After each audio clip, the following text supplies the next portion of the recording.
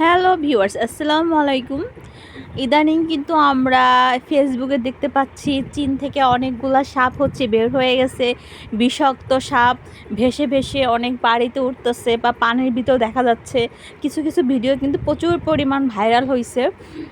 দেখতে পারছেন সাপটা কি পরিমাণ নাদুস নুদুস মোটা, কারণ হচ্ছে মাছ খেয়ে খেয়ে এমন ভম্বল হইছে, একদম পুরা শরীরে দেখতে পাচ্ছেন কি পরিমাণ মোটা হচ্ছে সাপটা। আর বের হওয়ার জন্য এত পেঁচাপেচি করতেছে যে বের হয়ে জীবনটা বাঁচানোর জন্য। জাস্ট এই সাপ কিন্তু অনেক মানুষ হচ্ছে হাত দিয়েও ধরতে পারে, যাদের অনেক সাহস আছে আর কি। কারণ এই সাপে তেমন একটা বিষ নাই যতটুকু পরিমাণ হচ্ছে আমি জানি। তাই আরে আল্লাহ, আমাদের জালটার 12টা বাজায় দিতেছে একদম মুচড়ায় মুচড়াইয়া। মানে সবাই তো হচ্ছে নিজের জানকে বাঁচানোর চেষ্টা করে।